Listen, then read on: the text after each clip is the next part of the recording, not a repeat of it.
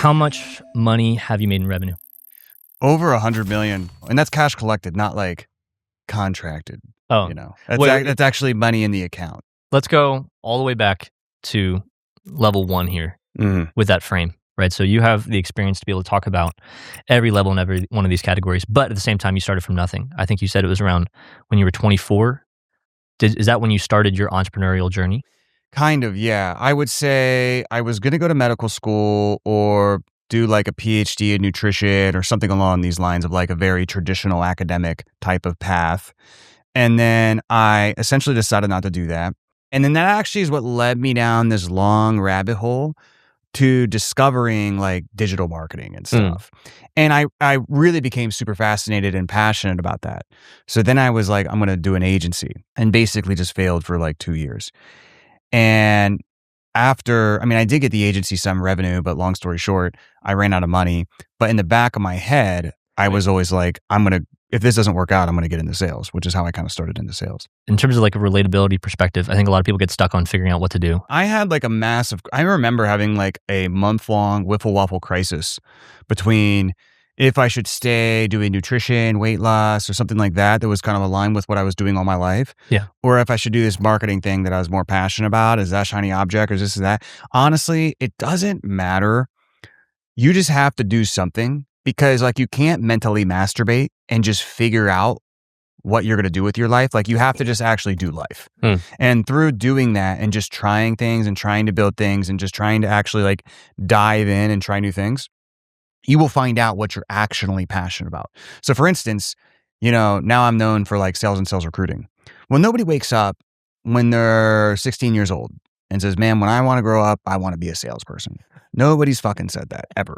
But what happened is I just I did one thing, which led to another thing, which led to this, like, okay, I'm going to get into sales because I ran out of money and I need to build back my money. And like, I was kind of like interested. I'm pretty good at this sales thing. Let me like do more of that. And then like, I just narrowed down focus on that and I got super into it. And then I became passionate about it through tons of repetition and tons of like training and actually getting good at the thing. And then you kind of get like obsessed with it. But you don't start that way. In a service-related business, which SaaS would fall into, software as a service would fall into that. So anything to where it's a service, the only way the money exchanges hands, the only way the company makes money is through sales, right? So without any sales, you don't make any money. It's the only place in the whole value chain of the business where the money exchanges hands. So it's a pretty valuable skill to learn. Tell me about, what was it like when you first made your, you made your first 10K? I remember I closed 2 deals within 2 days. So I've been taking a bunch of sales calls for my agency, and I closed 2 deals within 2 days. Those 2 deals, I had made like 11K or something, which had, felt like 100 fucking grand at the time. And so I'm bartending at nights to, pay my rent and all that stuff during that time. It's one of the only professions where genuinely like you can get fucked up every day and make money. Yeah. Which if you like booze is not a good combination, which I did, So like it was a fun thing, but you burn out, man. You start to hate people. I was really ready to go. And I thankfully was ready to channel all of that energy into something productive, which was a business. How much did you feel stuck throughout it? Or were you like, I know I'm not going to be here forever? No, I knew to me, those older guys who were in their 30s and like, they were kind of like 28 to 35 who were still working at a college bar at that time. Yeah. I knew, to me, those people served as warnings. I was like, good for you, man. No judging, but I ain't ended up like you. And then one day I was kind of getting I was already into personal development, but I hadn't applied it to making money yet. So I was reading a book called How to Get Rich by Felix Dennis, and I read it during a bar shift that I was closing, and it was over winter break. And in that book, really, he kind of tries to convince you not to get rich or not necessarily to not start a business, but not to get filthy rich or whatever. But for me, I read that and I was like, I want to get rich. And what I really got from that, and he says it in the book, is like, if you really want to make money, you shouldn't be an attorney or a doctor or this or that or whatever. Like, you just need to be an entrepreneur. And I was like, okay, well, that makes perfect sense. That's what I'm going to do. Yeah, at this level 1, that I think about for like an audience member that is making the decision of like, I want to do something. Most of those people, they're probably watching a video like this are already having their mindset like, I want to get rich. This is the big misconception is if you start a business right away, it's super, super tough because the issue is that you don't know what you're doing and you have to learn. Like if you think about business, there's marketing, sales, operations, fulfillment, finance, legal. I mean, there's a bunch of stuff and then you're going to overcomplicate everything. And then with each of those core areas, there's a bunch of mini skills that you have to learn. So starting a business, I'm not saying you can't just like get out of college or get out of high school and start a business. You certainly can, right? I think actually a faster track, and this is another take a step back to take a step forward, is to number one, just find an industry that you're passionate about, find a fast growing company within that industry. So it's, it could be something, they could be doing $1 million, they could be doing 3 million, 5 million, 10 million. It kind of depends on the industry, but like not a brand new company, but not a huge bureaucratic, mature company. So like a fast growing company where you kind of have access almost to the CEO. So you can get a lot of good mentorship. Find that company, go work for that company. Then learn a skill that's closest to whatever the value creation is in that company. So if it's a software company, you probably want to learn engineering or learn code. That's the most valuable skill in software. And, service-based businesses, it's typically sales and sales teams. Or in like a home service business, they're not demand constrained, they're supply constrained. So actually the skill there is being able to recruit, train, and manage usually bilingual, low-level talent. So that's the skill you would want to learn, right? And then once you learn that skill, you'll make a ton of money because you have the most important skill in the company. 2, you can later pivot that into a business, whether that's a new business or you consult on that skill that you've had. And then once you get really good at that, you also, just because you're a part of that business, you'll learn by osmosis a lot of these other skills just by observing. And then you can go off and do it. I mean, that's what I did because I tried to do the nutrition blog thing, didn't work. Did the agency, lost all my money. Then I got a job, got into sales. First sales job was okay. Second sales job was okay. Third sales job was where that was kind of what I was describing. Like I was in the industry I wanted to be in a company that was in that perfect growth curve. I had a lot of access to the CEO. I got tons of mentorship and I got really, really good. And I also learned how a real 8-figure company operates by osmosis through that. And then when I left to build my own thing, I had built so many skills along the way, just kind of through that journey that stacked all together. And that's why within the first 30 days of starting, I did 100K and never looked back. I think a lot of guys get stuck at the idea that they should just try to make $10,000 a month. That was like their perspective. I want to make $10,000 a month. I'm going to do my own thing. I'm going to escape corporate, $10,000 a month. Is that a lot easier than people make it out to be? Well, yeah, 10K a month is not very hard. But I think doing what I just mentioned is a faster route to actually get to multiple 7 and 8 figures because you have a really, really good foundation. I mean, if you want to make 10K a month, you got to just generate a bunch of leads and make some sales. It's not very hard, right? But it could be a lot more work than what you want it to be. And I think you could just have a lot more fun. And the other thing is too, is like your net worth is your network, right? Cliche, but it's true.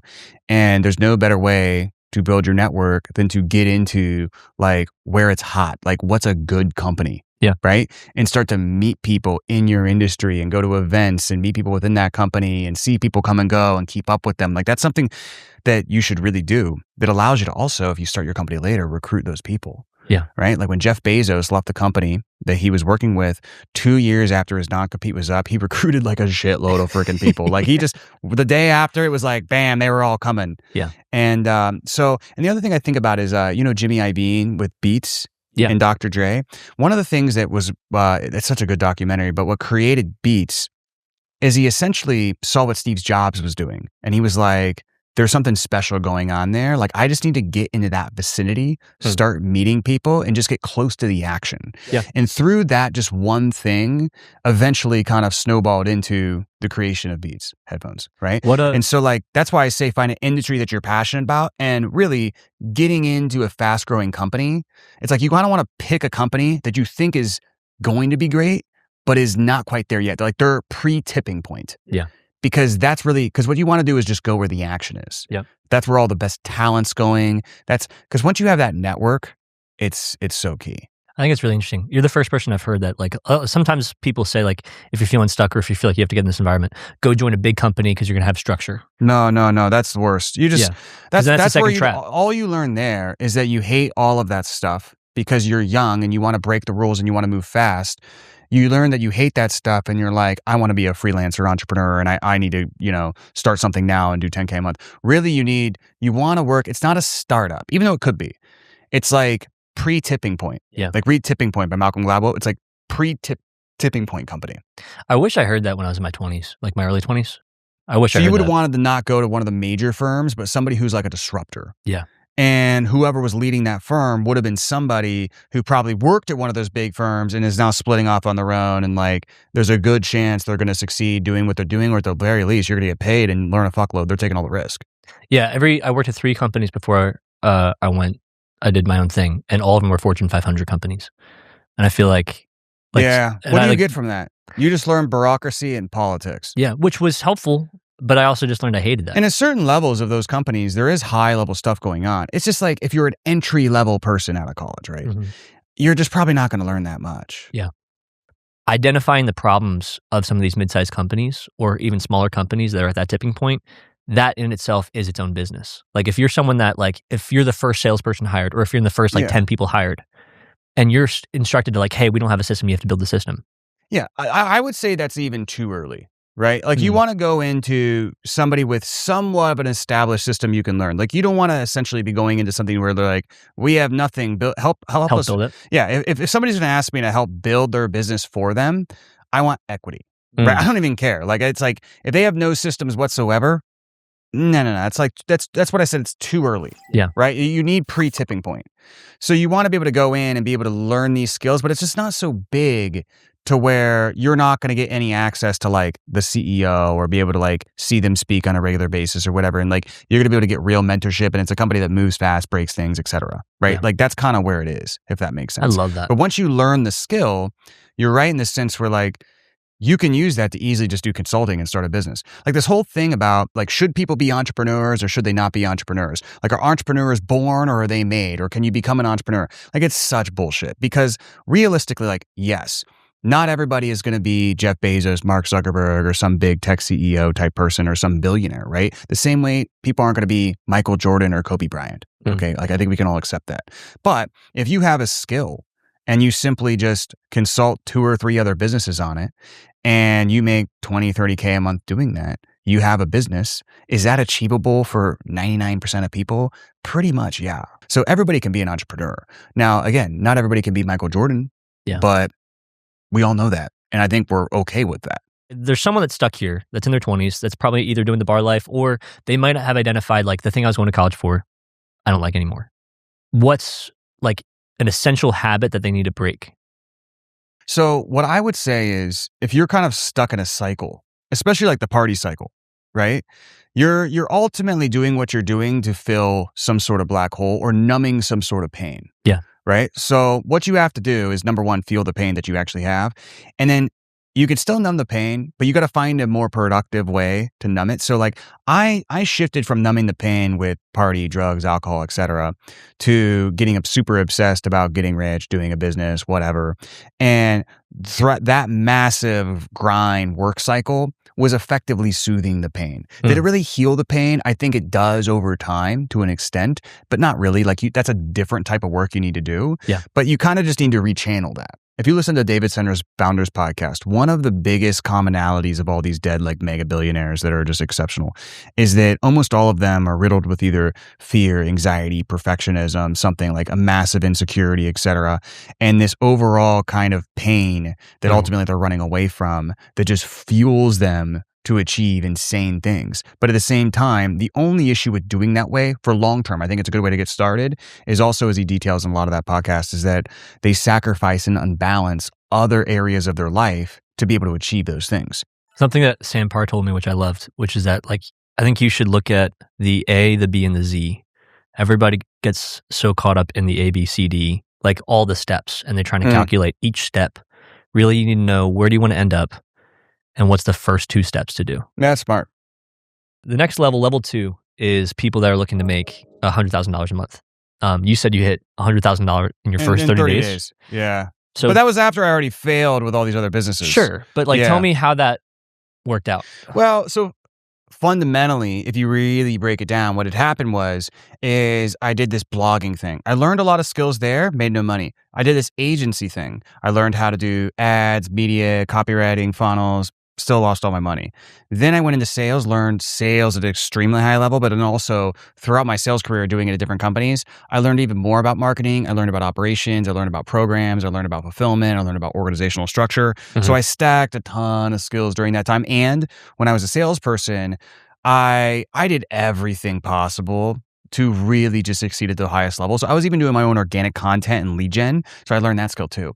So I had stacked all those skills. And then by the time I started my company, which was not called Closers at the time, but became Closers, that's how I made the money so fast, is because income essentially traces back up the skills over time, more or less, right? So if you're trying to get to 100 grand a month, I mean, the number one thing is making sure you have all the right skills. The other thing is too, is okay, if 100 grand a month is your goal, right? And that's really like you want more of a get me out of poverty type of business, right? Like a cash flow type of business. You should just really do a service and just look at what already works and then just try to do it slightly different or better. And honestly, don't even overcomplicate it. Look at what works and just do it. Because to even get to 100 grand a month, you can basically just copy somebody else. And I'm not saying you copy them. Like, let me give you an example. I'm not saying like you rip off all of their stuff to where it's like plagiarism. Yeah. What I'm saying is like, let's say you worked for a roofing business. Okay. You could open your own roofing business in a different location and probably get to $1 million a year relatively easily by not doing any differentiation whatsoever. Just locationally. Just locationally. I mean, like, think about it this way. If you're an agency, like most agencies can get to 100 grand a month who do, let's say, e-commerce ads. You can probably get to 100 grand a month in your agency just by doing basic marketing and then knowing how to do sales and just making sure you're halfway decent with clients. Like, you don't really need to do this massive differentiation, right? Now, to get past that, you do need to have something that's unique and different about what you do that makes you unique, different, better, superior, whatever, and like have some sort of positioning or counter positioning, et cetera. I think that's really important. But I just think people really overthink, like, you can take a proven business model and just learn it and do it and hit 7 figures. That's just really execution. That's it. What's the essential skills? You mentioned, like, as long as you have a certain set of skills. Well, so it depends on the business, right? So each business is a little bit different. So in a service type business, which I think is the easiest to start to get to, let's say, 7 figures and create some financial freedom and to make cash flow, et cetera. The main, there's 2 types of service businesses. There is like more home service type of businesses and other service businesses that are supply constrained, which means it's very easier to get customers. It's hard to get employees. Or there is, especially the online type of service space, is more demand constrained. There's a lot more competition. It's harder to get customers, but fulfillment is typically higher margin and pretty easy. So depending on which route you go, let's say you went the route I went, which was more in the online services, really in demand constrained businesses, you have to know marketing really well. So that includes media buying or some sort of channel that you have to know. So, cold email is a channel, media buying is a channel, cold calling is a channel. I would recommend probably media buying or like ads or cold email or organic, one of those 3, right? So you have to know that, okay? Then you also have to know packaging, psychology, messaging, copywriting, kind of that whole sphere of things, okay? Then you have to know all the conversion related skills, which is kind of like lead nurture. So a great example would be, how do you lead gen people from DMs? Or how do you get your appointments to show up? Or how do you take leads that opted into a funnel, didn't book, and get them to show up? Then you got to learn sales. So that's really it. And you also got to learn, kind of within sales has this category of like offers. Yeah. So how to make sure you have an offer that's good. Okay. So that's really it. Because the fulfillment is not too bad to figure out. Yeah. To get to 100 grand a month. Now, to really get to past that, there's like a lot of systems and different stuff, and productizing your fulfillment can be very difficult, but that's that. Now, again, with more of a home service side, it becomes more about, can you actually recruit, hire, and manage the team and the techs to be able to do that effectively and have systems for that, right? Because getting the customers, like if you have a cleaning business, we've had cleaning businesses work with us, and their marketing and sales is so easy. Yeah. People are just like, we need it. Yeah. Because those businesses are so supply constrained that there's still a lot of true. demand in the market. And like if you worked with a home service, like you have a house. Yeah. Trades come to your house. Do they do a good job? Do they routinely give you A+ jobs? No. No. It's like you usually expect it to not be good. Yeah. Or it to be something messed up. Or for them to mess something up and then you find out like 2 years later when another trade comes that they messed it up. So this is why I hit 100K a month so quickly is I was able to do like a lot of organic marketing. And then I generated in this initial launch 15 sales calls. I actually could have generated way more, but that was as much as I could take. So I generated 15 sales calls over the course of 2 days, or maybe it was like 12. I closed all 12. And I closed them all at what would be considered at that time a premium price point. How much should I consider trends, or how much should I literally just go and copy something that's working? And how do I identify what actually works? I would figure out different industries that you're passionate about. And then I would look at kind of the trends within an industry. Because you don't want to get into, let's say, newspapers, physical news. Okay, probably not a good business to get into, right? So even if you're super passionate about that for some reason, which is probably going to be unlikely, that's probably not where you should go. But like, if you find an industry that you're passionate about, and as long as, the trends in that industry doesn't suggest that because of AI or some other thing that it's going to go extinct, then you're probably going to be fine. I would just pick something you're genuinely interested in because that'll allow you to work longer hours. And I'll give you an example. So the key to reading a lot is to read shit you're interested in. Like you can't do this thing where you try to really regiment yourself and you're like, I gotta learn this and this and this, just because like it's like pulling teeth. At what point did you hire a team? Did you do 100K solo in the fulfillment of that? I did solo. Well? Then to get to about 200K a month-ish, 150 to 200 consistently, I only had 2 people. So I was like, had a 90% margin business with 2 employees, maybe 3. And 2 of them were part-time and just me. But I was just muscling that thing to existence. And a big reason I was able to do that was because, again, I would generate some leads. I would convert like 60, 70, 80% depending on the month. And I would do that at very premium price points. So, and then I would do all the fulfillment myself. And then I would do all the upselling myself into continuation. So that was pretty cool. I mean, it was kind of stressful in a way. I think it would be like walking in I'd be like sleeping now. It'd be super easy. But at that time, it was a little stressful, but it wasn't as bad as it sounds. Like it makes me sound like a total workhorse, which I was at that time. But it's like not super unachievable because I had all those skills. Like you got to think, all I was doing is I might generate 10 to 15 sales calls a month. I was converting 60 to 80%. And then out of my customers, I was converting into continuation 60 to 70%. I mean, that's crazy, right? What were you selling to them? Sales consulting at that time. This is before I did the recruiting. Once I launched the recruiting, it was like that's when we went from within 12 months, 150, 200K a month to 2.5 million a month. Yeah. And so you were identifying, okay, I'm consulting them. They still suck. At the end of the day, they need fulfillment. Well, no, what happened was I was consulting them and training sales teams, but I knew what I always knew from my previous experience with other companies as I was selling and watching other success stories in the industry is I knew at that time if I was going to scale this big, I needed to find some sort of offer that worked with ads to a cold market and not people who are watching or looking at my organic. Does that make sense? Yeah. So I was trying to figure out what that was. And I pretty quickly figured out, like, I was getting asked so many times, do you know where I can find good sales people? Where can I get a good salesperson? This and that and the other. And that's where I knew that's what the offer was. And the only person running ads at the time in the entire sales trainer industry for what I was doing that. There's only one person. So that was validation too. How fast did you go from that 200 to 2.5? 12 months. In that 12-month period of time, what was that scale like? Brutal. It was, I mean, in a way, it was super stressful because we were scaling so fast. So when you scale that fast, you're kind of intersecting 2 things.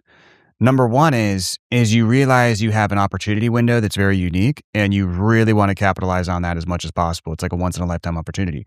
On the other window, you're like, scaling fulfillment that fast is pretty difficult. And inevitably there's going to be drop balls or customers that you could have fulfilled on very well that because it's a new team member or whatever it is, or a new process, or we didn't have this process we should have had because we're new, we don't know what we're doing, you drop the ball, right? So balancing those 2 things was shitty. I would say. I think we did a pretty good job. Like we didn't like lose our reputation by scaling too fast, but like there's people we worked with back then, that year time frame, and I think most people had pretty good results. But there's people, if I could go back, I would say that for sure we could have like easily delivered on now. But back then, we were just What did you identify in yourself, like the skill sets you learned in that entrepreneurial phase? Because like you've stacked skills, and then basically you're saying I made a lot of money very fast at 9% margin because of those skills. What did you have to add on? I mean, I had a lot of the skills to get to 200, to be honest. And in fact, like I got to that level pretty fast, and I really stayed there for about 7 or 8 months, maybe we'll call it. 200, how many? Like 0 to 200, I probably stayed there for 7 to 8 months. And the reason I stayed there is because I was trying to figure out what the offer really needed to be. Like I went through iterations. At first I was doing sales coaching, then I started doing sales team consulting, and then after that I started doing sales recruiting, right? And then after that's when I scaled rapidly, right? So it took me 3 kind of major iterations on the offer to sort of figure out what hit. What do you think the gap is? So that's you and that's your story. What do you think the gap is in the average person? I mean, a lot of people get stuck under 100K. Is that just small mindset inefficiency with identifying the right offer? I think number one, a lot of people just aren't very good. So you just got to be first and foremost really good at what you do, especially at a small scale. You should be getting referred pretty often, right? Like at our scale, we still get a lot of referrals, but we're so big that like most people already know who we are. Yeah. Does that make sense? So, we're not going to grow through referrals at this point. Like you probably already know who we are. So most people, I think the first and foremost thing is get really good at what you're doing, which a lot of times you can just brute force through effort, especially in a service-based business. Yeah. Like you can just brute force through like attention to detail, effort, etc. The next thing is most people just aren't that good at marketing and not good at sales. Like I'm just being honest. Like they can't write an ad. They don't know how to write an ad. They don't even know how to write anything persuasive whatsoever. They don't know how to structure. They don't know anything about marketing philosophy, anything about copy. Then they don't know anything about selling. So, I mean, I think if people just learned those things, they would do very, very well. Yeah. I think it's really that simple. But you would be surprised, even people at 200, 300, 400 a month, they're not that good at those things. Yeah. And those are the main skills you have to learn to really scale in a service-based, demand constrained type of business. Doesn't mean your product is not important. Like I just said, you got to be really good at what you do, no doubt. But unfortunately, unlike software, where if you have a really good product, it can kind of start to market itself a little bit. And a service is much tougher. Like you have to know those marketing and sales skill sets. What's the difference between the people that get stuck as like the freelancer and the business owner? I identify there's a lot of people. I think it's like a lot of people that are just not good. If they hit like 30K a month, they start talking as if they're a business owner. Then they hit 40K, and then the main issue with those people is that if they have to productize their service and have a very clear offer and what they're bringing on people for and an outcome. So you want to create like a conveyor belt where you're attracting the same person with the same problem, needing the same solution through the same channel repeatedly. And then that way you can fulfill on the same service, solving the same problem, getting them the same outcome, which allows you to do 2 things. Number 1 is systematize your sales process. Because it's very difficult. Like let's take the full service, I do everything for everybody agency. It's very difficult, imagine, for a salesperson to have somebody come on through all sorts of different channels. Then like somebody's coming from an event, a referral, a network, or this or that. And then they have all sorts of different problems. They're like, I need Google Ads, I need SEO, I need a website, I need this, I need that. And then they're also different businesses. We do financial services, we do insurance, we do coaching. It's like all over the place. So it's very difficult to train a salesperson on how to do that. It's not impossible. I'm just saying it's very difficult. And then with fulfillment, imagine you're just customizing fulfillment essentially for every single different person that comes in because it's different business, different industry, different expectations, etc. So then what happens to fulfillment? A lot of complexity, a lot of you need to be basically the savior to force all these results into existence. And there's no streamlined operations. You want to create a conveyor belt, a system. And a system is a business. So most of those people just don't really have a business. They freelance. So that's the main thing. Did you feel like a freelancer when you were doing 100 a month? No, I knew exactly what I was doing from the start. Yeah. But I learned that lesson because I sold for a company that taught a lot of coaches, consultants, agencies, and people in this space. And so the nice thing about that was I was able to look back throughout my time there, and it was like I was getting all of this data on who succeeded, who didn't succeed, and what were the common patterns. And so I knew I had the pattern recognition going in. Yeah. So I knew how to do that from the very beginning. That was a very key thing that I never messed that up because I knew how important that was. You hired 3 people on your team, 2 part-time. What made you, did you have a skill set of identifying talent pretty early? Somewhat. I really in the beginning was able to hire from my network. And what I was able to do that's very unique, not impossible to replicate, by the way, is again, I was able to take a small amount of leads, close them at a very, very high rate and at a very premium price and get good LTV out of those people by upselling them. And that was all me by myself. So as you can imagine, if you have a 150K, 200K business with 90% plus margins, you have a lot of extra capital to be able to hire somebody very good. So that is not what most small businesses have. What happens with them is they have very low margins from the very beginning. And then they're like, okay, I need to hire, but then they use that extra capital to hire somebody like $4,000 a month who's just not that good. And so they just don't get that much time back. My first couple of hires were basically directors right from the start. Now they didn't start as directors, but they actually ended up being core directors of my team. And that was my first couple of hires. And the only reason I could pay those people what they needed to be paid was because we already had such high margins from the very beginning. That's a huge advantage.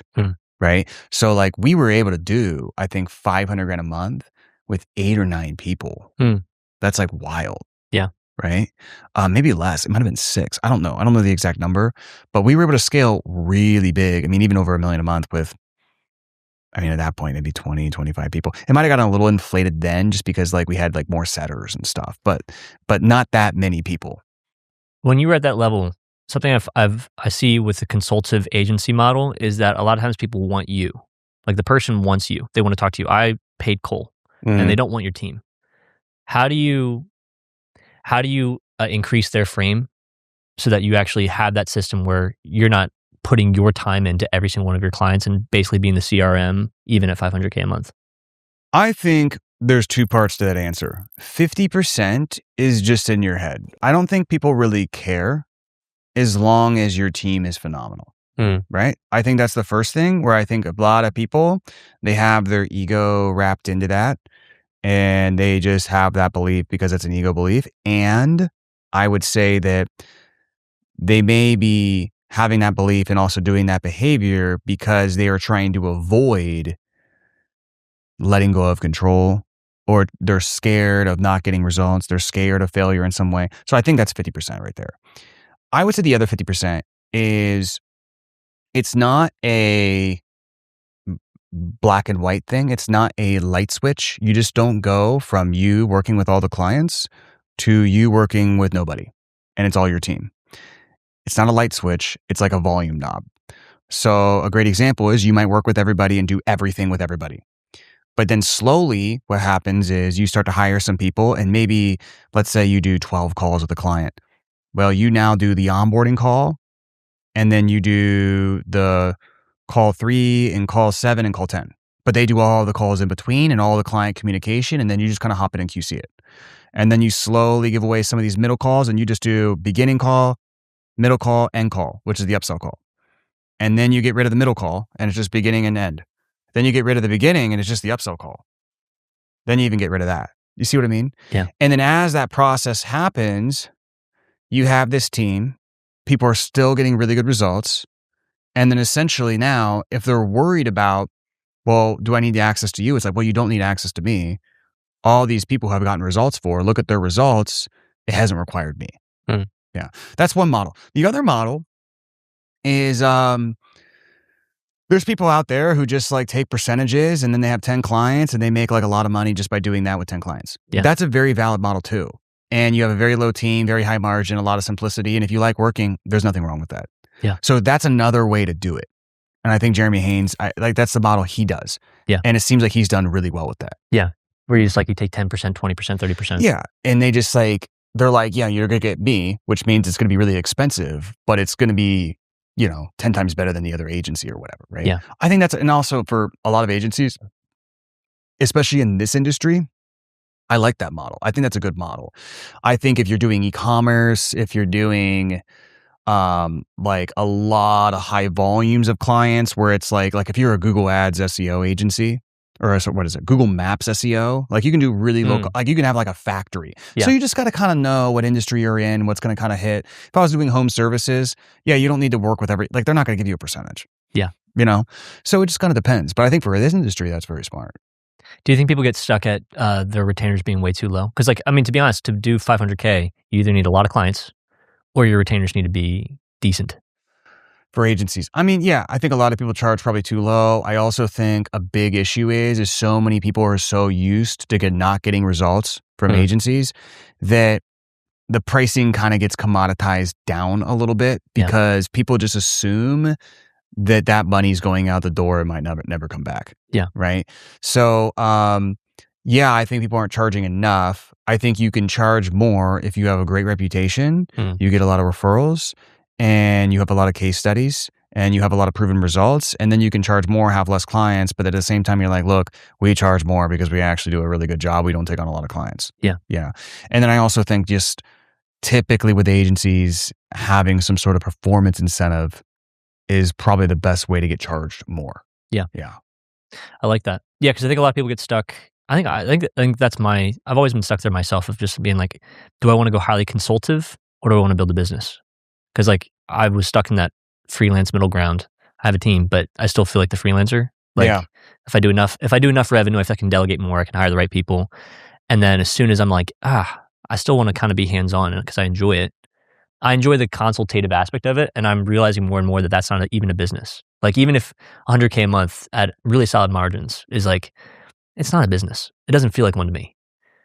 It feels like it's just like this. Who really cares? At the end of the day, what's your goal? What's the amount of money you want to make? What do you like doing? And then if all that aligns, who cares if you're doing a lot of the work? If you get to 100 grand a month or 200 grand a month or 500 grand with a lot of team, you're still going to be doing a lot of stuff. So I don't think there's anything wrong with that. Yeah. Yeah. And the bonus too of doing a lot of stuff yourself and just having that high margin model is you can just get referrals out the wazoo. Yeah. Because you'll do a really, really good job. People like working with you. They have an affinity towards you. It's not a company. It's easy to refer a person, not a company. Yeah. So there's nothing wrong with that either. I feel like you guys got referred a lot as a company. Yeah. Yeah. How do you build a culture of that? Well, I think number one, we knocked down some major case studies, right? So we worked with Frank Kern and then Dean and then Tony. And then just after that, it was Dean and Tony, you could basically get everybody, right? And so that obviously that helped a lot. I was very grateful for that. I did those accounts by myself just because, I did those accounts one-on-one, but that was just because I did it for money that was not financially significant to me whatsoever, but I did it because of what I gain in reputation. Yeah. And so what was the question? I got referred a lot. So that was one thing. Then the other thing is I was offering a service that frankly wasn't really being offered at the time, only by one other person. So I did have that nice kind of blue ocean type of deal. Yeah. I also caught a trend where everybody in that time in 2020 was growing really rapidly and needed salespeople. Yep. Right. And then also to make margins work with ads, you had to do the high ticket model. So I caught a very good trend and that was quite lucky. I did capitalize on that trend. And then, we did a great job and we just got a lot of referrals and we just kind of ripped through a lot of the market by doing a great job. All right. Well, yeah, I want to end the level there because I think I have a lot of questions on scaling team. So level 3, this is $1 million a month. Yeah. Let me just break it down for you. So basically, I have a framework. It's 5 phases. So we've already covered 0 to 100K. That's really figuring out what you're selling, how to sell it, and how to convert it, or what you're selling, how to generate traffic and how to convert it. That's actually one of the hardest parts, 0 to 100K, because what you're trying to do is develop the optimal selling system, right? Phase 2, and we talked about this, is kind of creating what I call the conveyor belt, which is really taking your initial essentially hypothesis on what you thought your service and offering was going to be.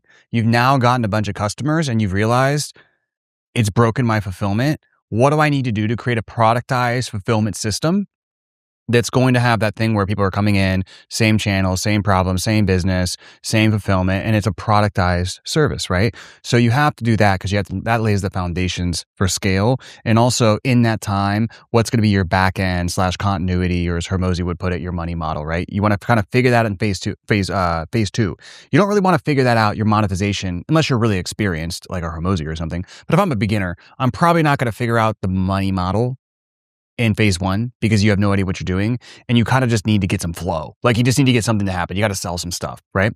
Then in phase three, right? And in phase one is 0 to 100K. Phase two, let's call it, you're adding a back end, you're productizing your service, gets you to 2 to 300K, maybe 150 to 250K. Then really 200, let's call it, to somewhere between 5, 6, 800 is essentially phase three, which is team. Okay. So with team, there's really going to be two phases. The second phase is phase four, which phase one is you're just the general manager of everything. Mm-hmm. Okay. So you might now have a salesperson. You might have a guy who runs your ads. You might have a guy, couple fulfillment people, CSMs. You have somebody who's doing your finances. You have like an operations kind of admin who manages a VA or two, but you're the general manager across everything. So what's your primary responsibility is to make sure the quality of your business is the quality of what happens on the front lines, right? So it's all the customer facing interactions of your business. So if you think about the quality of your business, it's, let's say you run ads. It's the ad they see, it's the copy, it's the video, it's the funnel, it's how they feel, it's what the brand is. Then they book a call, let's say. It's the lead nurture, it's the messages they get, the emails they get. If the setter calls them, what's the setter like? It's the closer, what's the closer like? What's their performance? And then it's the onboarding call, what's that like? How do they feel? What's that performance? It's the communication in Slack. It's the actual outputs they get from the service. It's all that. See how that's all the front lines? Yeah. So the quality of your business is only really dictated by the quality of the customer facing interactions. So if we know that to be true, if you're a manager, what's your job? It's to assure that those customer facing interactions are as good as they possibly can be. And in essence, are as close to how good you would do it if you were still doing it, right? In a service business, a lot of times you were usually doing the thing before you passed it off. So that's an easy analogy to make. Obviously in different businesses, it's not going to apply, but you're essentially just making sure if you were a 10 out of 10 in copywriting, you want to make sure your guys are as close to that as possible. Get them to an 8 or a 9 out of 10, right? So you're really just training them up to that standard that you have to have in your mind, and you have to have clarity of what that is. So if I'm trying to train a sales guy, my only job is to train that person up to quantitatively what metrics they should be hitting, but also qualitatively, like I should know what a really good sales call sounds like, and I'm trying to close the gap from where they are to where they need to be. It's very, very simple. And then I need to make sure that they're paid well, that I'm supporting them both in their work and emotionally, and that they're not churning and they're not quitting. Right? So that's, and I need to recruit people too. So that's recruit, train, manage, hire, et cetera. So really you're just trying to bring up this efficiency of the front lines, and you need to learn management and leadership, which again is just recruiting, ramping, ongoing training and management. That's all it is. It's very simple, but it's tough because a lot of people have a lot of emotions and things that block them, and they don't know how to give people feedback. They're either too direct, or a lot of people are just a pendulum swing. Super passive, passive aggressive people. It's like the nice guy in dating, right? It's like he's super passive, roll over. But then when he finally tries to stand up for himself, he does it in like the most like psycho aggressive way possible. He just like goes crazy, No, it's like you just need to be in a healthy way to where you have clear boundaries. You're setting clear boundaries for other people. You're setting clear expectations. You're holding them accountable to not just your values in the company, but what their expectations are when you guys agreed to work together, right? That's really what leadership is. And a lot of times I think people need to go through therapy to actually not learn leadership, but to get rid of a lot of the emotional triggering to be able to have better interpersonal relations. As a society, we are fucked with interpersonal relations. Like we are terrible at communications with, it is a society in general, with our spouse, our family, our in-laws, our parents, our employees. Because like really your employees are like kind of there's a family dynamic there, whether you really like it or not, They have to be your friends. Yeah. You have to like Well, them. they have to be your friends. They look up to you as a mentor. They're going to project onto you how they felt about their bigger brother or their dad or their mom or this other person. Like a lot of that stuff happens. So you need to be able to communicate with people in a way that essentially is just very healthy, good communication. But really to do that, it's more removal before addition, because you have to remove all this emotional triggering and bullshit that you have to be able to actually have like healthy communication and leadership, et cetera, you know? Did you go to therapy during that period of time? Well, no, I mean, I was able to pick it up naturally pretty well because I worked, I keep going back to this, which is why it's really important. Because I had experience in a really great company that I came on at $300,000-400,000 a month. I left when they were doing, let's say, 1 to 1.5 million a month, which at the time was like really big in our industry. That had not been done too much. And so throughout that, I learned through osmosis really how departments are run, training, managing, somewhat of hiring, leadership. Like I kind of knew that stuff. So I was able to model what I learned there leadership wise when I first started my company. Now, the thing is when I first started, I was insanely intense, right? So I was insanely high standard and demanding, just very brutal and demanding a performance. So if you think of Jensen Huang from NVIDIA, he talks about tormenting people into greatness. I mean, that's for sure what I was doing. Like, I did not care how you felt. I was just like pissed that you just weren't as good as me every second of the day. Now, that can actually work if you have a massive vision, like you're going to Mars, you know, SpaceX, Elon Musk. Like he kind of has a very intense, direct leadership style as well. For most of us, that's just going to burn your people out. And then they're going to be like, why am I even putting up with this? Whereas like in SpaceX, they're like, oh, why am I putting up with this? Yeah, because we're going to Mars. I'm changing the world. That's why that big mission is, and when you see people like Steve Jobs and Musk and these people with really, a lot of people will call brutal management styles, it works because the mission is so important, right? Because burnout really comes, it's not like a physical kind of thing, like I think most people think it is. It can be, but a big part of it is emotional, to where essentially people just wake up one day and they're like, why am I even doing this? You know? And so look, if you don't have Google's mission of organizing the entire world's information, then that stuff's probably not going to work for you. And arguably, I don't know. I'm not a $1 billion founder, but maybe there's a better way to actually manage people that doesn't require that. I don't know. That's beyond my pay grade. But for me, I was extremely intense like that in the beginning. What I kind of learned this just the hard way, just through exhaustion, because you can only be like that for so long. I started to really kind of smooth out my edges, and then through some good coaching. It's not really therapy, but it kind of is coaching on interpersonal relations and your emotions attached to that and how that affects decision making. I have a really good coach for that. I was able to really smooth out some of these edges. And what's nice is where you want to be is not necessarily passive. You want to be very clear with what your boundaries are, what boundaries are being set, what expectations are being set, and direct in a very non-triggering way. So if you've seen that guy, Will Guidara, who was the inspiration of the movie Bear, or the show Bear, and he wrote that book on Reasonable Hospitality. He has an interview, and it's the best example I've seen of this, where he gives people feedback very directly, and it's very nuanced and very detailed. But the key is he just says it with extremely neutral emotions. You know, so like, I forget the exact example, but he's like, yeah, you know, he's like, next time when I can't do it. It's like, it's something about, there was a server, and he was like very particular about how they even walked out to the table, you know, but the way you deliver the feedback is very, very key. It has to be neutral. And you also have to frame it in their own best interest so they can get to where they want to go. I went to $1.5 million a month, $2 million a month plus with that tormenting people into greatness, which mentality. It's kind of a sales. That's a sales kind of. I mean, I kind of treated every department like a sales team, which isn't the worst thing in the world, but it just was unnecessary, I would say. And it's because I didn't know how to do anything better. I've talked to people that have worked for you, and everyone almost talks about it as if it was this like military experience. It's almost like Delta, like SEAL team. Well, it depends on the era. It probably in which early. they worked. I mean, I mean, if it's very early, then yeah. But even now, it's very demanding. It's just not. I don't want to say we were toxic before, but like, if toxic was here, we were maybe, you know, here. Like I was very intense, and stuff was not delivered in a very emotionally mature way.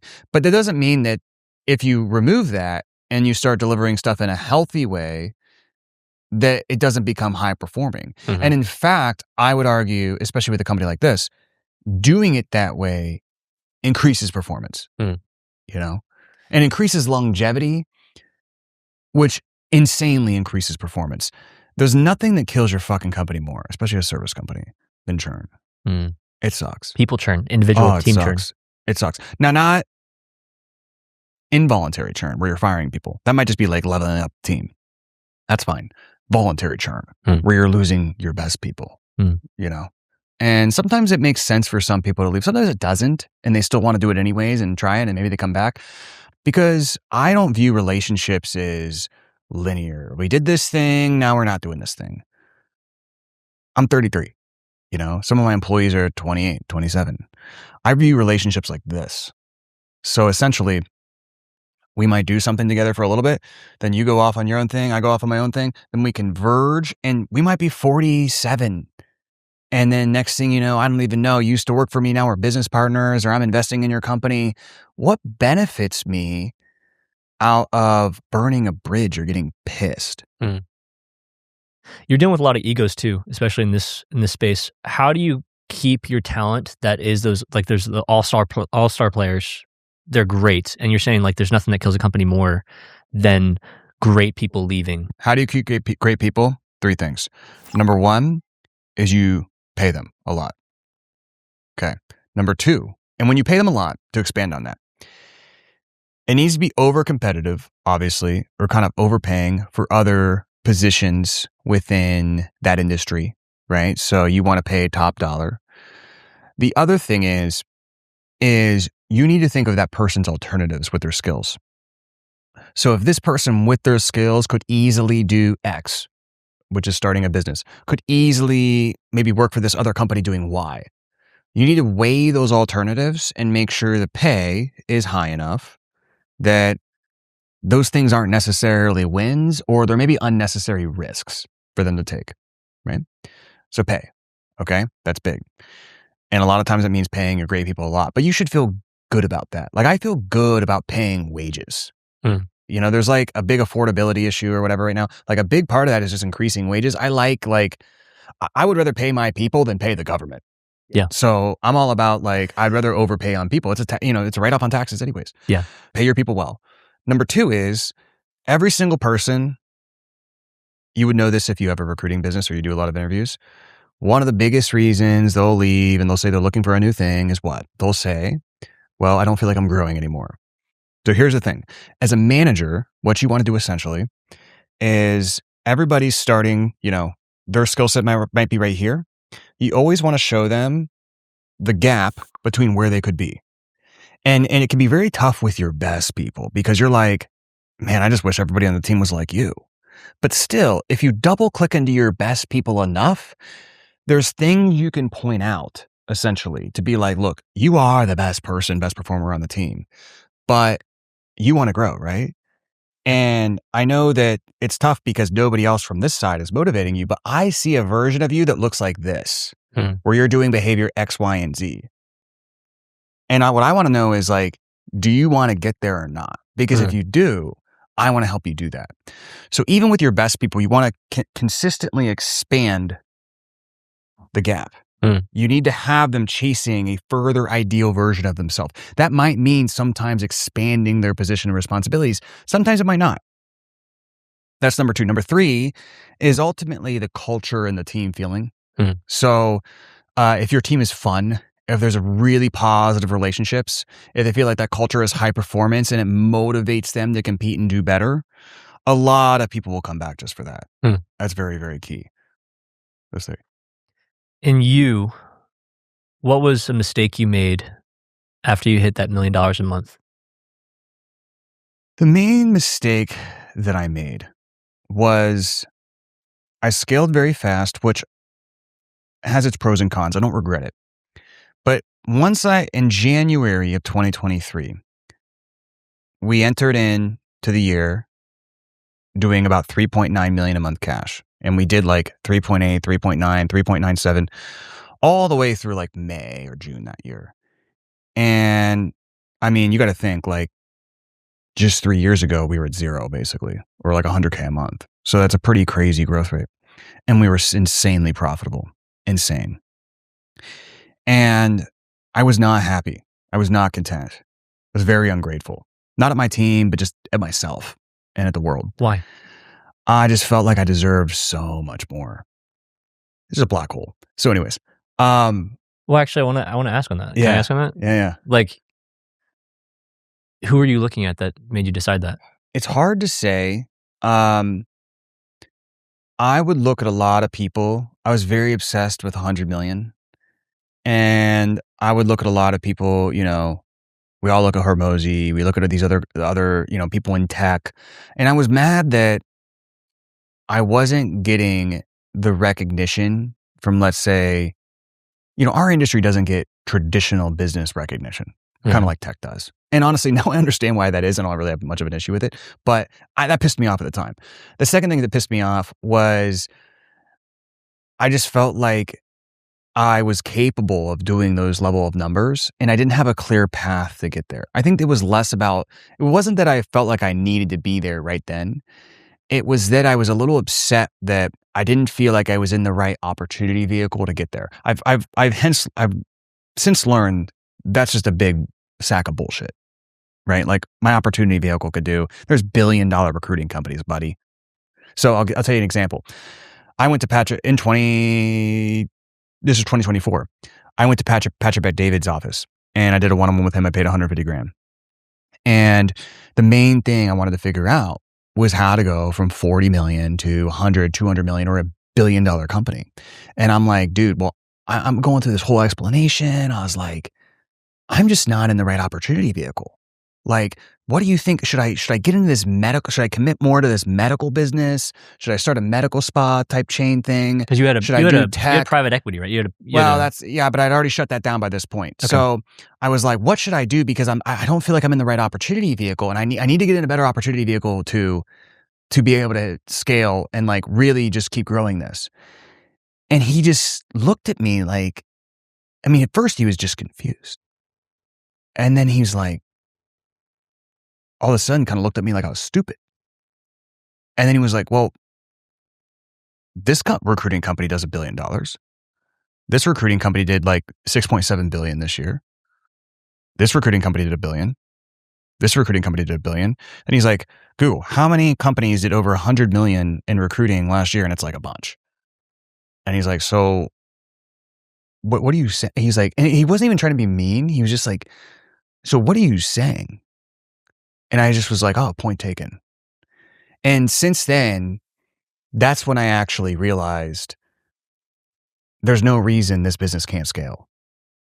Is it maybe as easy to scale as, let's say, a software company or something like that? Maybe not, but there's no reason it can't. And it's a very good, profitable business. It works as a platform for other businesses too. So that was one of the main lessons I had from him. But that was the funniest thing is I drove home and I was like, man, the biggest takeaway was simply just his confusion. And just like, what? But the big mistake is we had so much momentum going into 2023.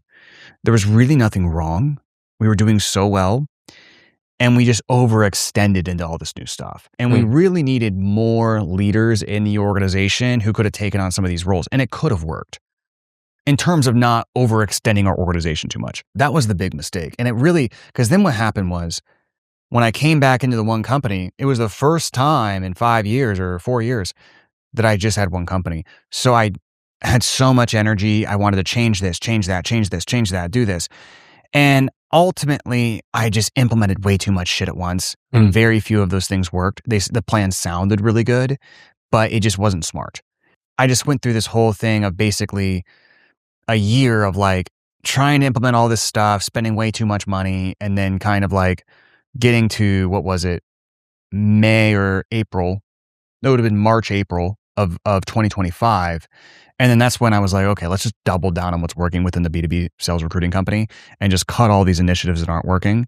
And then since we've done that, lo and behold, you just focus on one thing it's grown tremendously. Like now we have tons of momentum with that company. And we have a really good 9-figure vision for it too. Something that sounds like you've identified. Like, at what point was it that you said, okay, if I lead this team with a heavy fist, like where did that come in? Because you said that was about 2 years ago. Well, I think the number one thing that helped me was meeting my fiance, because I think that just softened my life out a little bit. It just like relieved some of the darkness, to put it that way. That's what my team thinks too, and they're probably right. So they love I her. just think that I was like, I think if you leave me by myself, I'm naturally an angry person. Not in the way where I'm like, like a crazy person or anything, but it's just like a silent kind of like subtle anger. So she really helped that. Then, I started working with a coach that brought down a lot of this emotional triggering that you have from when you grow up and all this stuff. And he's really good at applying it to interpersonal relationships with your team. He works with people in the Trump administration. He works with people who sold their company for like $500 million. He's a beast. He's really, really good. So, those are the two things that I think helped that. Did you find that you were anxious in that season? Like, is your anxiety now different than it was then? It's not as bad, but it's still there. Like, I still can catch myself catastrophizing things at times, or being like, fucking A, we had a low sales day today, but it's much better than it was. But I just have so much reference experience and history of like most things over the scope of a long time period aren't that big of a deal. And so I just try not to blow those things out of proportion. What's the difference in that season, and I guess closer to now, versus when you were bartending? Because you were saying that you coped with drugs and alcohol before you were rich, and then you shifted all that energy into the development and personal development. Is it still as aggressive where your cope is still work? No. I would say, a lot of men, especially, when they start something like a business, they kind of have a black hole they're trying to fill, or something they're trying to run away from.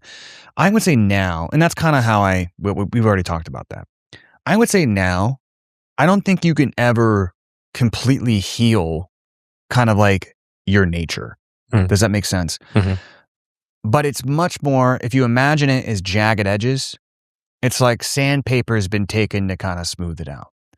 So it's always still going to be there, but my ability to manage it and get back to more of like a normal empathetic state, a more emotional state, is much, much better, right? But that nature's still there to a degree, but I'm able to regulate that much better. So this is something that's really important to understand, because a lot of people, if they do like coaching or some sort of therapy on whatever childhood stuff or whatever's going on, they fear that, well, I know I'm kind of fucked up, but that fucked upness got me to X amount of dollars making a year, some sort of income success. Yeah. And they're afraid that if they heal that, so to speak, they'll lose the drive or the edge for their competitive greatness. What I have learned is there's no fucking way that's going to happen. Like you can't just like, it doesn't, to give you a visual example, you can't just purge all of that out. It can get smoothed over. Yeah.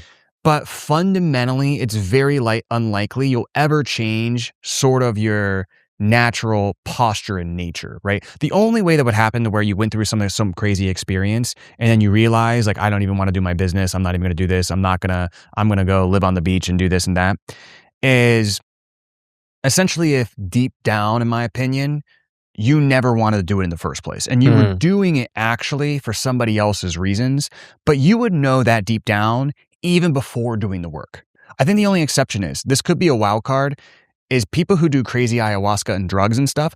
I think that can maybe like fuck you up somehow. Yeah. I don't know. The spiritual experience, the spiritual tie of it, yeah. I've seen people, and I'm not against that stuff, but I've seen people seemingly go way off the rails with that shit. And I think those people have a lot of demons. Yeah. I've also seen people, Jake Paul's into it. Fuck. If I got to do ayahuasca to have his level of success, sign me up, man. I'll be there next week. You got to box some people. You got to get. He's crushing it. He invested into like OpenAI and all these amazing other companies. He helped them launch Sora. He's crushing it. And he's into it. So I'm not saying that if you do it, therefore you're not going to be successful, but there is some sort of like, I've seen some people go down that route, and then you're like, what's going on with you, dude? Yeah. Like, what are you doing? Well, for you, I mean, I met your parents last night. A lot of guys, like, it is a core thing with their parents, like in terms of the business and the drive. It seems like you came from a very like balanced and nice background. Like it's not like you had this trauma. I don't want to assume. It doesn't sound like you have this trauma where it's like, my dad was an awful man. He wasn't in my life. Yeah, but people so that's not what it's about. You have to realize your interpersonal relationship with your parents as you grow up, it doesn't have to be traumatic to where your dad, left you in the fucking closet or some shit. Yeah. Right? It just based on, your interpersonal relationship with your parents, that molds how later you'll kind of interact with the world. And sometimes it molds it in ways that doesn't serve you. It doesn't necessarily mean that they weren't great parents or they didn't do everything right. I mean, sometimes it's okay, they could have done this better or that better, or they shouldn't have done this, but they're human beings. Like, we're all going to make mistakes. Where did that black hole come from then? Well, I think most of it came from not getting recognition from girls in high school and being very lost in that. And then feeling like I needed to prove myself and feeling like money was a way to increase my worth to be able to be seen. But then I got a bunch of money and I realized it doesn't help that much. So then that was like kind of the second evolution where that's a way where sometimes just going after the thing, like kind of entering into the matrix is almost the best way to just learn the real lesson. They call that the unteachable lesson. And so that actually really helped, because then you're like, okay, yeah, it doesn't help. And in fact, it makes it weird. Yeah. In each of these phases, the thing you're trying to, like, you've been obsessed with status on multiple levels. Yeah. Not obsessive, but like, even when you went to college, you went to a smaller college and then you said, I'm not getting the right experience. This isn't the group of people. This isn't the college experience I want. I want to transfer this other one. Oh, yeah, you're right. Yeah. And then when you transfer to that college, you identified, okay, the people that I want to be around, the social life I want to build, it requires me to do this and live this lifestyle because those are the coolest people here. And then I don't even just want to just do that. I want to be able to do that and get straight A's. So I get the respect of the people that are not living this lifestyle. Yeah. And then on top of that, I want to go to the bar scene because there's a social hierarchy. Yeah. And I can navigate that social hierarchy. Status, I was obsessed with status, but that was because of that pain. Yeah. This is level 4. At level 4, the thing I think is, this is where I think there's higher level insight that you might have on culture and establishing from a leadership perspective, like how to lead a team that's doing 8 figures regularly. So like we're past the point of like, you have an established team, you have an established system, you have a money model. And it sounds like, you have to overcome so many things as an individual to be able to scale that aggressively. What are some things that you've learned, or what are some things that you've been taught by people that are doing 9 figures about the things to not miss, the things to get really right when you're doing 8 figures? Well, to rewind what we talked about, stage 3 is where you're the manager and you're managing all the front lines. So that can get you to it depends on your unit economics, but that can get you from anywhere from, let's say, 600 to sometimes $1 million a month plus, but let's just call it 600 to $1 million a month. Then stage 4 is really, you have to become the managers of managers, which is pretty tough, because then it's not about recruiting and hiring and training and managing the teams. It's about recruiting, training and hiring the managers of the teams, or promoting certain people internally and then transferring the skill of management to them. Yeah. So their job is now what your job used to be, which is how to actually get the front lines to perform at that high level of standard, right? So your job is to translate to them, number one, what that level of standard actually is. So their level of standard might be, in their mind, a 10 out of 10, but it might be for you a 7 out of 10. And then they're training their people to get to a 7 out of 10. So their people only get into a 5 to 6 out of 10. So you can see how more layers of management you add over time decrease the level of the front lines. Does that make sense? Yeah. Because it gets further away usually from the founder. Now, it doesn't have to be that way if you hire phenomenal, great people and you train them and alleviate those blind spots so they actually understand what a high level of training is the right way. So a big part of that is, number one, helping them see by working with them what a high standard of performance actually looks like, and then helping them train their skills better on how to train their team up to that level of standard of performance. Those are only the two things you have to do. The biggest piece of advice I can say on doing that is two things. Number one, if it's a department you're really good at, like naturally, the nice thing about my business is I can do any role in the business, pretty much for the most part. So I was able to promote internally with a lot of these people very, very well, opposed to hire from the outside.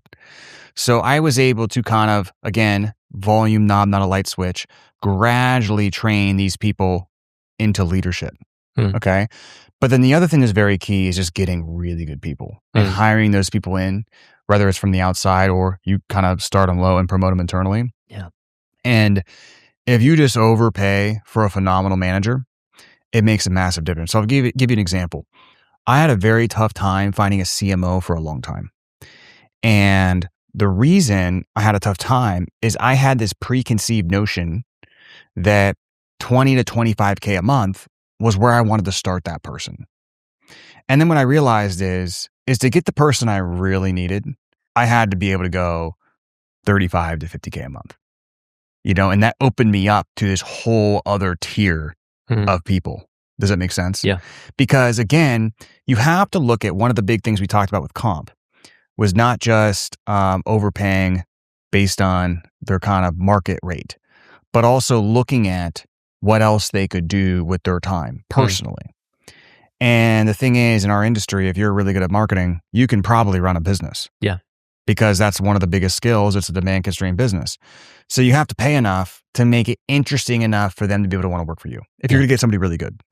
So that's an example. And to be honest, just having phenomenal talent makes management way easier because you're more managing the person, not having to micromanage like their little actions and everything they have to do, if that makes sense. How do you change yourself from being a micromanager to being an executive? Well, you just hire better people. Like, I mean, I know I literally just said it, but it's the biggest thing is I've learned this lesson so many times to where we've tried to create new systems and new processes and new playbooks and new training. And then it's like beating the training into the people again and again and again. And maybe some of those people level up after 6 months. Oftentimes, it's just we keep doing this again and again and again and again. And then finally, we're just like, you know what? If we just increase the pay of this position by 20%, oftentimes that opens you up to an entirely different suite of people. And then those people come in and it takes your training resources down by 75%. And so it's just so much better of an ROI. And a lot of times the capacity of those people is higher because each individual task they're assigned is less cognitively demanding. They can get it done faster and therefore they have higher capacity, which means you need less people. There's been times we've just raised the pay of the entire department, cut the bottom 20%. We end up paying less in the department and having higher performance. So really, I like the smallest amount of team possible that's very high level, very well paid, and just very, very efficient. So it's kind of like how does Jensen Huang from NVIDIA have 60 direct reports? 60. Well, there's certain management things he does in the systems, but one of the biggest things, and a lot of this is, I'm not going to have 60 direct reports, but he can pull this off because, again, the vision of NVIDIA is so big and it's the most valuable company in the world right now. It's at the center of AI. He can attract, though, those 60 people are like world-class people. So does he need to teach them how to like run a one-on-one? No. Like they already know how to do all that stuff. So he's more just letting them cook. And then he has some communication systems he does to kind of stay in sync with them without having to do a bunch of meetings. Does it make sense? Profitability is the most important thing because that gives you the leverage to be able to do this. Yeah. What's a realistic profit margin that people should chase? For like a service business? Yeah. I mean, it highly depends on the type of business and what you're doing. I mean, let's say this 8 figures. I'm not really interested in any service business unless it had extreme amounts of scalability. I'm not really interested in most service businesses that are under, 35 to 50% profit. I mean, as you get bigger, your profit's going to go down. It's just how it is. But especially from the 0 to $1 million or $1.5 million a month range, as long as you're working pretty hard in the company. I mean, if you remove yourself super early, your profit's going to go down. But I worked very hard in the company for a long time. Your profit can stay above 40 or 50 pretty well.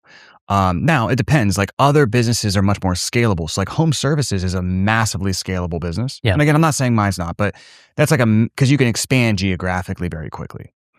And so those businesses, it'd be okay to have a little bit less margin per se, because there's more scalability in the long run. Yeah. The talent acquisition piece, that makes a lot of sense to me. The making sure that you're hiring the best. I think a lot of people probably have numbers in their mind when you said something like that they thought, okay, I want this person, I think I need to pay them this much. And then you just broke their brain and said, okay, I need to pay them 15 to 20% more. For you as the founder, how much do you want to work? Are you the type of person that you're like, I do want to still work 60 hours a week? It's very simple. I don't even think about, for me, how many hours am I working a week? How much do I want to work? All I think about is, what is my goal? What are we driving towards? What are the things that need to happen for me to get to that goal? And okay, where can I put my time that's the most highest leverage towards the small things that get to that goal, or the big projects that get to that goal? And also, what are the things that I need to get to that goal that I don't have to do and I could delegate and I could actually focus my time on the higher leverage stuff? So for me, where I spend a lot of my time is strategy, management of executives, content, because it's something I only can do. The overarching, like if we launch like a new funnel campaign, that type of thing, I'll film that, write that. And then the team can do creatives off the back of that. I don't have to do ongoing creatives as much, but the strategy and kind of initial implementation of that, and then just high level decision making. Yeah. Right. So those are my things, but I can also think about that and also over time start to delegate some of those. But right now, those are kind of the highest level things. Yeah. And so those are the things I focus on. So I just think about, where can I spend my time in the company that's going to drive us as fast as possible to that goal. So in other words, think about it this way. Like Elon Musk he has all these companies, right? And he's famously known for, he goes to each company, he flies to each office, and he's like, what's the constraint? He just goes right in, drills in, fixes the constraint, then just moves on. That's kind of how you want to operate. So I'm thinking, what's the one thing, or what's the constraint that if fixed would increase the flow of my company into the system in forms of revenue and profit as much as possible? And that's where I put the priority of my attention. How often are you saying no to yourself? I feel like if you're someone that's driven, you probably can identify, hey, that seems like a constraint to me. I want to fix that. How often are you saying like, no, I'm not going to fix that because that's not the right constraint to fix Well, right I'm not now? necessarily saying yes or no to certain constraints. It's like, is it the constraint or not? So I just need to identify, is it the actual constraint, or is it up there? Like, is it very important that it would contribute? Or if it's less important, then I'm just not going to do it, or I'm going to delegate it. Yeah. Do you feel like that comes easily to you? Yeah. I think that yes, and it's easy to deceive yourself, because I tell my AMs this: most clients and most people in general, they're not stuck because they know what the problem is and they don't know how to fix it. They're usually stuck because they don't know what the problem is, or they're trying to fix the wrong problem. Right? So it's really clarity.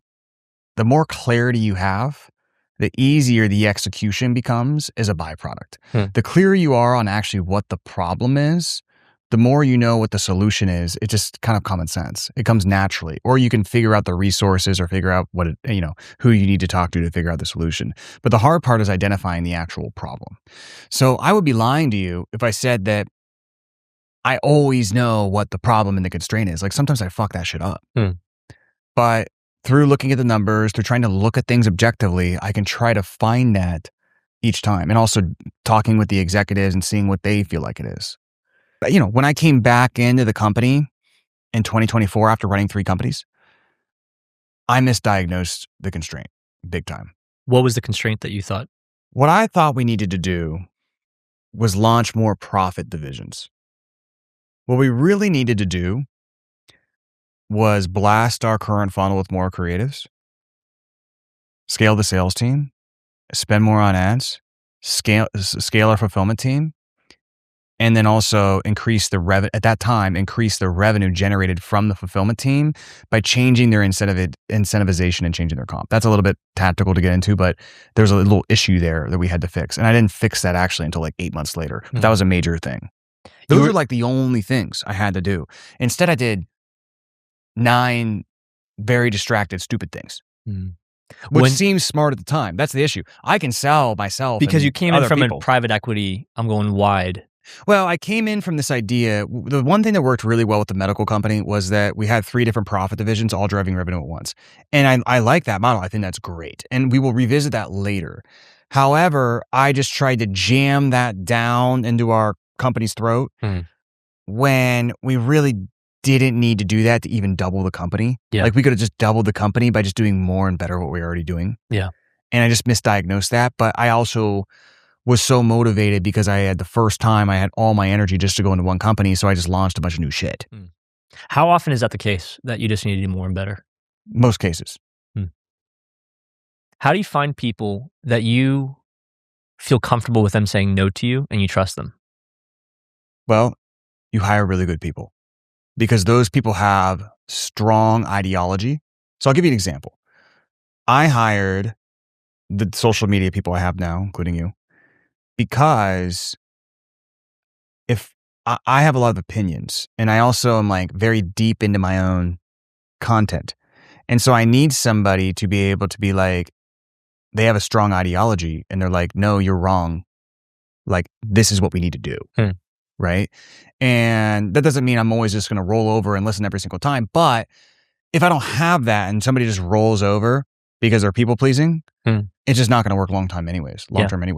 So I want to look for that in certain areas. Now, in other areas, like in sales, I have a very strong ideology. And I know that ideology works. That ideology has generated a lot of revenue. And I'm pretty sure there's very few people, I believe, that I'm not going to sit here. I've never really tried to be the best sales guy or sales trainer. I don't really care about that, but I do care about creating systems that make the most money. Yeah. And there's very few other trainers out there that I think have done it as well as I have, outside of the few that have crushed me on social media. Like those are, those are the only people I can really point to. Outside of that, like if you look at ads, running ads to cold traffic sales teams. I mean, not many people I think do it as well as me and as profitably as me. So that's an area of ideology that I have that, like, I don't want somebody to come in and try to implement their own ideology. Like, like my shit works. But in other things that I'm launching that are new, I might not be the expert in that. So I need to have somebody with a strong ideology and vision of how this shit works. And then I can learn from them. And the thing is, if you hire, there's kind of 2 executive type of hires you can make. The first one is they're coming in to run your system, right? Because you already know what to do. But what do you do when you're hiring a department leader, like a CTO, and you're not the technical founder? You don't know the technical stuff. Well, the key thing to know you're making the right hire is that you are actually getting taught and learning along the way, right? If you're not learning and understanding, okay, here's what they're doing, here's why they're doing it, and it's all coming from a clear ideology that they have, that person's probably not very good. I just want to run into it. So let's just say this is level 5. And at this level, we're talking about trying to become a $1 billion company. How are you casting that vision for your team? What's the difference between being a really successful multi-8-figure company and scaling that aggressively to being 9 figures? Well, if I knew the exact answer, I would be at 9 figures. So I'm going to speak in hypotheticals of what I'm doing now. Well, you've also received a lot of coaching on it too. Yeah. I want to talk in hypotheticals of what I'm doing now.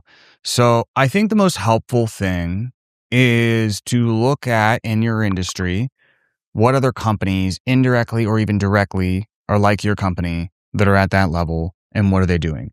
So you kind of have to survey a lot of other people who are bigger than you are, right? Now, if you're the biggest person, I don't know, you're going to have to come up with a vision yourself. I guess that's a separate topic. But that's what I did I really looked at a lot of these other bigger companies kind of in the info industry and then in the traditional recruiting industry, because we're kind of like in the middle as of now. So traditional recruiting and info. Info, I really couldn't find any models that made sense because most of them that get really big in the 9 figures or B2C, there's also a lot of like regulatory stuff that becomes hard in info at that level, unless you're extremely famous. But recruiting, tons of 9-figure stuff. So I pulled essentially from what's working really well right there. And then once I really kind of figured that out, I'm going to model some of that, but then also look at how can I do that uniquely different? Yeah. So I'll give you an example. When I looked at 9-figure recruiting companies versus our companies or our company. So we're doing, let's say 30 mil in just our recruiting. And we do more with the B2C, but 30 mil with the recruiting. And then 100 million recruiting company. The difference in clients, we have 800 to 900 active clients. The average 9-figure company has like 400. So what do you think the problem is? It's just unit economics, right? They're working with bigger people and bigger contracts.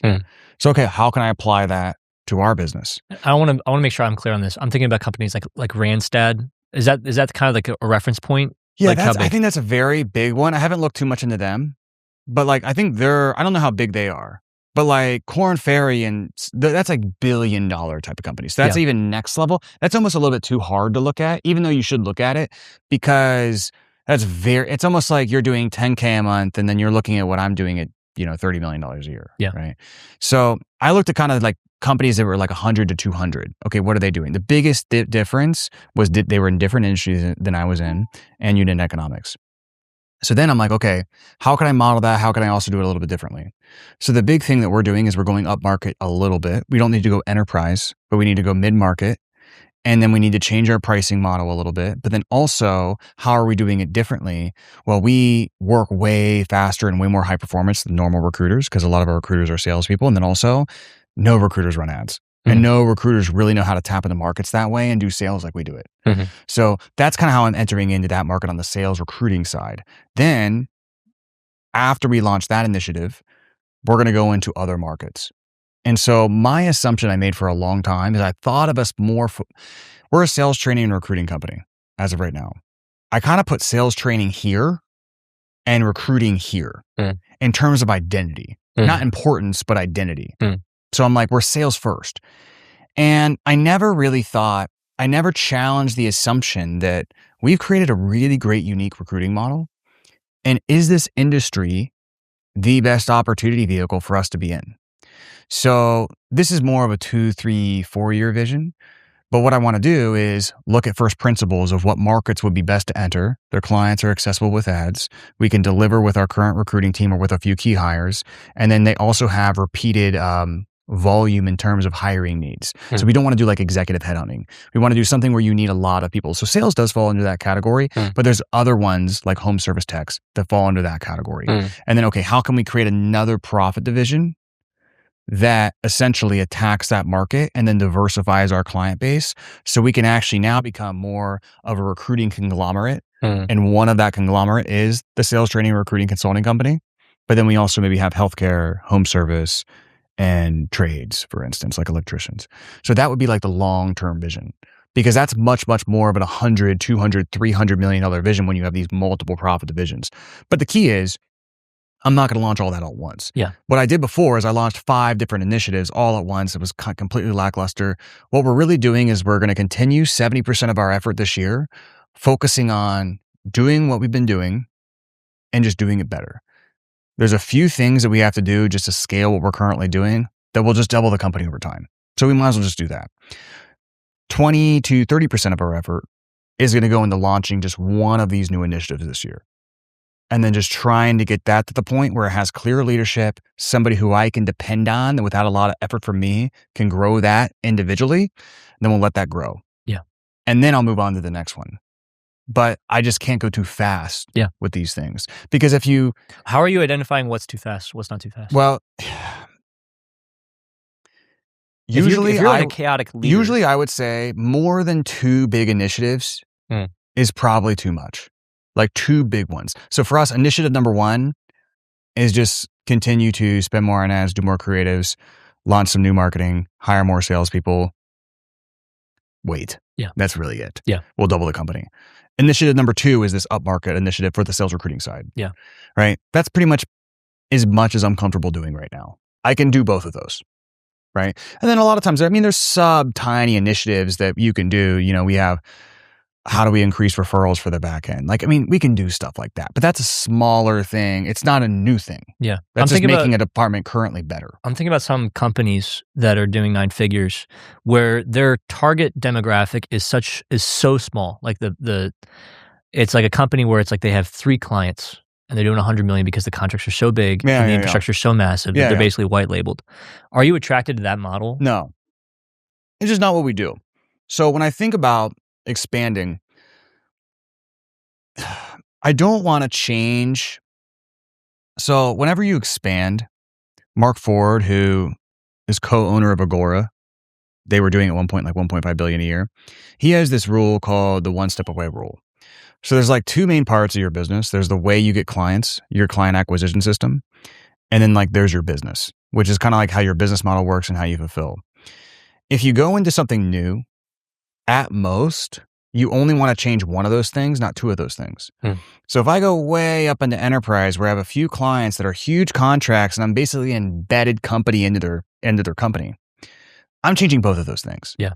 Whereas if I take my current model and apply it to home service just for recruiting, really, I mean, that's slightly different recruiting, but it's the same thing. Yeah. And then it's the same exact acquisition. So that's a much easier assumption to nail. Yeah. Does that make sense? Yeah. Yeah. Yeah. Are you identifying that the talent that you have in your current team can level up, or are you looking for talent that has already achieved that the goals of what you want to do in 2 or 3 years? I think our team is quite good. I think our team is capable of much more as of now. For some of these new initiatives, we'll either need to recruit leaders or have people in the team step up into those positions. But we have a very, I actually feel like we have a very overqualified team for our level of scale, which is like a good thing. Yeah. But it means that if we can grow more, it'll create more opportunity for those people. But that's a unique position to be in. I usually don't feel like that's where most companies are. It just happens to be where we are right now. Yeah, because I think it's easy to identify this person's capable of running this 30 million scale thing in a similar way that you level up to be 9-figure founder, $1 billion net worth kind of founder. That same person still has to level up to be that executive level. Like I feel like I think that's such a big leap for an individual because they have to, your vision is expanding. They have to also expand to that same tier. Like I'm finding that a lot of people are just sniping people, headhunting and sniping someone that's already built this department. Yeah, that's fine. And you're like, sweet, I'm just going to bring this person on. You can do that. You just have to make sure it's a very similar type of business and acquisition model, especially if it's on the more sales and marketing side of things. The issue with our industry, though, is it's kind of like a new industry and there's not that many big companies. Yeah. So like in tech, right? Much easier to snipe XYZ sales director. CTO that's built a company, yeah. Yeah, who's built this. There's also a lot more executive headhunting embedded in that sector because there's more money in it and it's more established and there's more stakes. Whereas like the issue with our industry is finding a CMO who's kind of built in $100 million a year company kind of from the ground up and run that and can come in and help you do the same. It's very rare. I'm not saying it's impossible, but it's hard to hire headhunters who can find that. And those people don't self-identify on LinkedIn. Yeah. Like if they scale to info company to 100 mil.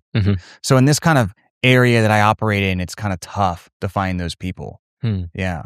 I like that's like fascinating to me. You have to hire, people talk about entrepreneurs. I feel like you almost have to hire entrepreneurs on your team to do these roles. Like imagine your executive team. Yeah, put it this way. Is so qualified they could easily run their own. Imagine a triangle, right? So you can do a 7-figure business with just you being pretty skilled.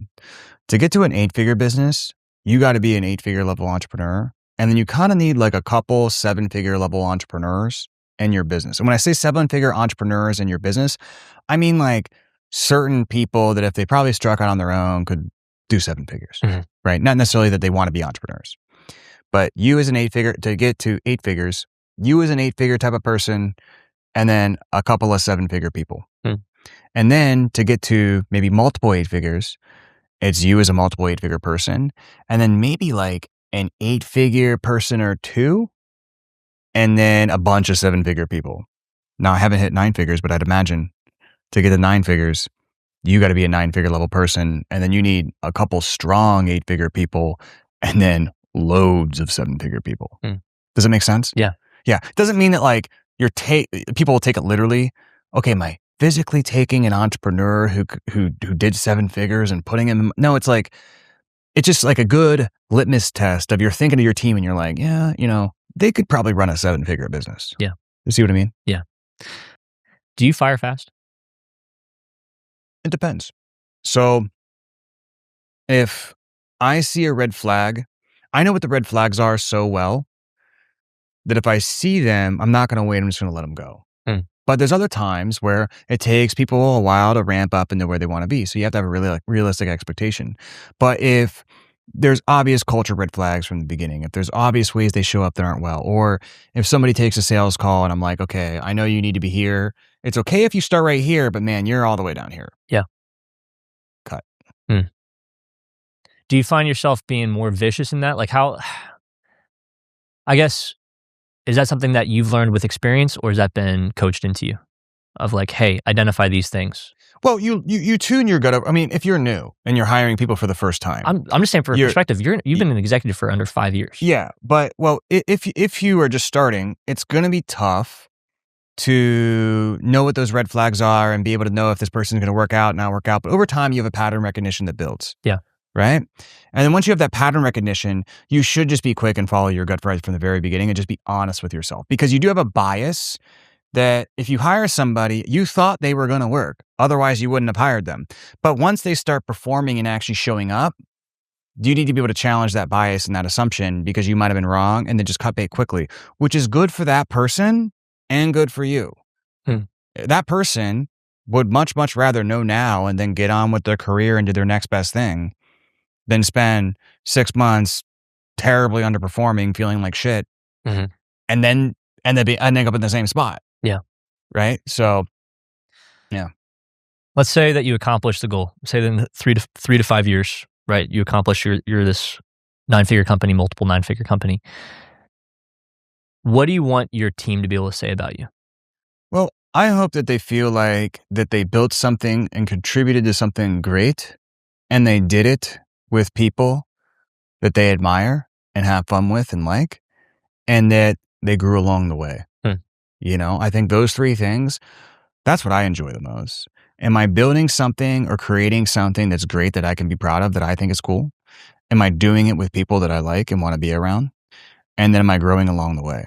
I think beyond the money, that's kind of like, we have to get up and contribute to a purpose or do something or work towards something every day, right? Otherwise you just go insane.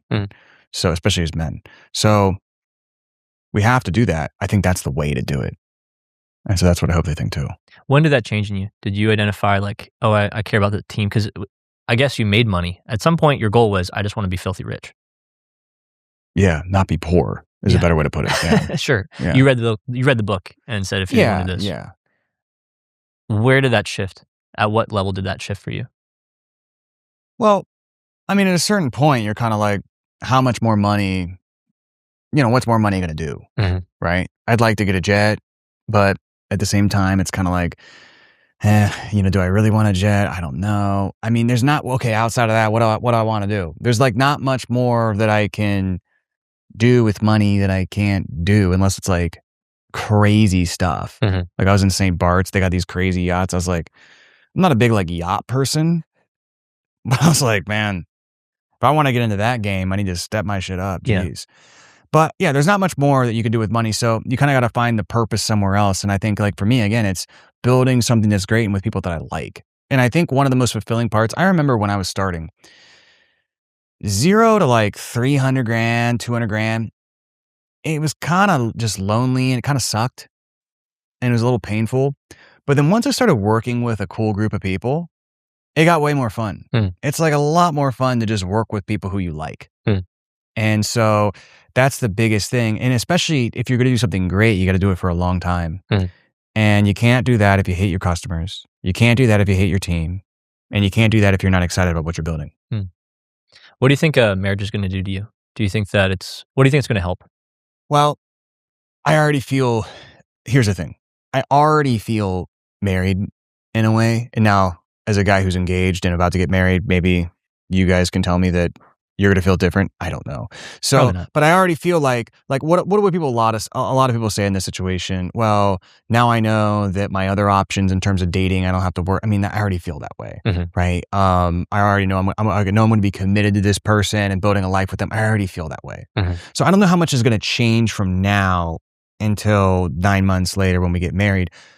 I know a lot's going to change with kids. I've started to think about that, but I haven't really fully grasped it. I'm like, do you want them?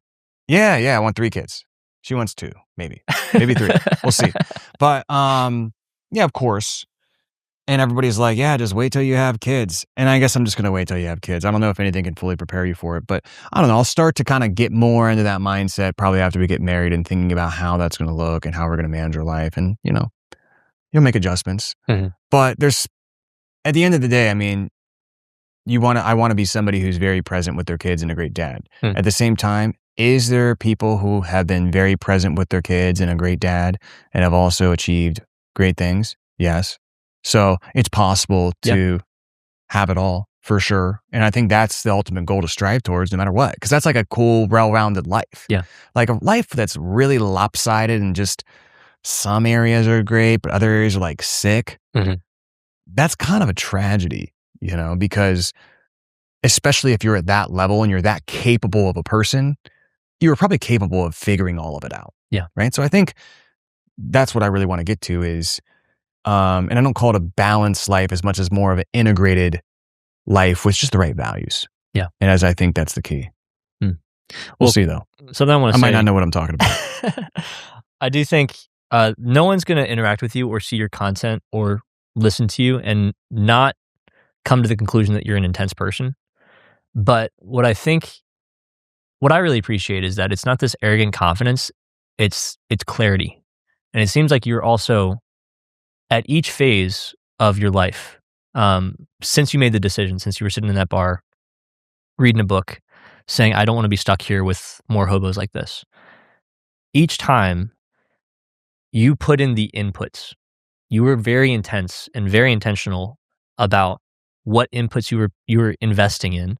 And with each phase of growth, you've been very vocal about the people that you're talking to. You gave Alex Ramosi $225,000. You gave other people $80,000. You gave Patrick Bet-David $150,000. You're very intentional to be like, these are the people that are at these levels. I want to come into this conversation with a very clear goal, and I'm going to walk out of there with that. And then you implemented it. And I think I just wouldn't bet against you.